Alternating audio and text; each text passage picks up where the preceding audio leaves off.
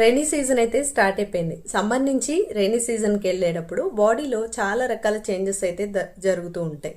ఇందులో ముఖ్యంగా కొంతమందికి సోర్ థ్రోట్ కానీ థ్రోట్ ఇన్ఫెక్షన్ కానీ వస్తూ ఉంటుంది. మరికొందరిలో తరచుగా కోల్డ్ కానీ కాఫ్ కానీ ఫీవర్ కానీ ఎక్కువగా వస్తుంది. మరి పిల్లల్లో అయితే ఇమ్యూనిటీ లెవెల్స్ అనేవి చాలా తక్కువగా పడిపోతూ ఉంటాయి.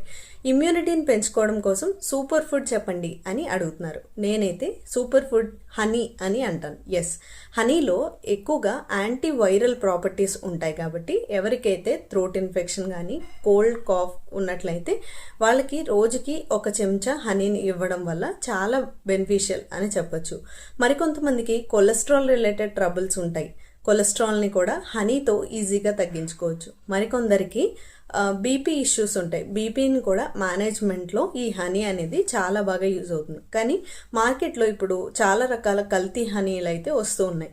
అసలు హనీ ప్యూరా కల్తీయా తెలుసుకోవడం ఎలా అని అడిగితే నెంబర్ 1 టెస్ట్ ఏంటంటే ఒక క్యాండిల్ తీసుకుని మనం తీసుకున్న హనీని ఒక అగ్గిపుల్లతో వెలిగిస్తే ఫ్లేమ్ అనేది చాలా బ్రైట్గా ఉండాలి.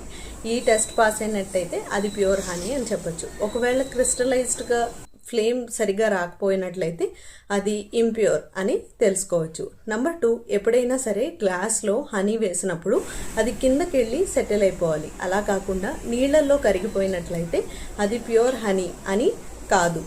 నెంబర్ 3, ఎక్కువగా చాలామంది హనీ చూసేప్పుడు కన్సిస్టెన్సీ అనేది చాలా తీగలాగా ఫ్లోయింగ్గా ఉండాలి. ఇలా ఉన్నట్లయితే ప్యూర్ అని చెప్పొచ్చు.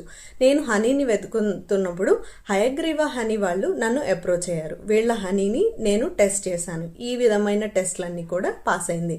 హనీ కూడా చాలా రియల్గా టేస్టీగా ఉంది. మీ ఎవరికైనా హనీ కావాలి అనుకుంటే స్క్రీన్ పైన నంబర్ని ఇస్తున్నాను, మీరు బుక్ చేసుకోవచ్చు. Thank you for watching.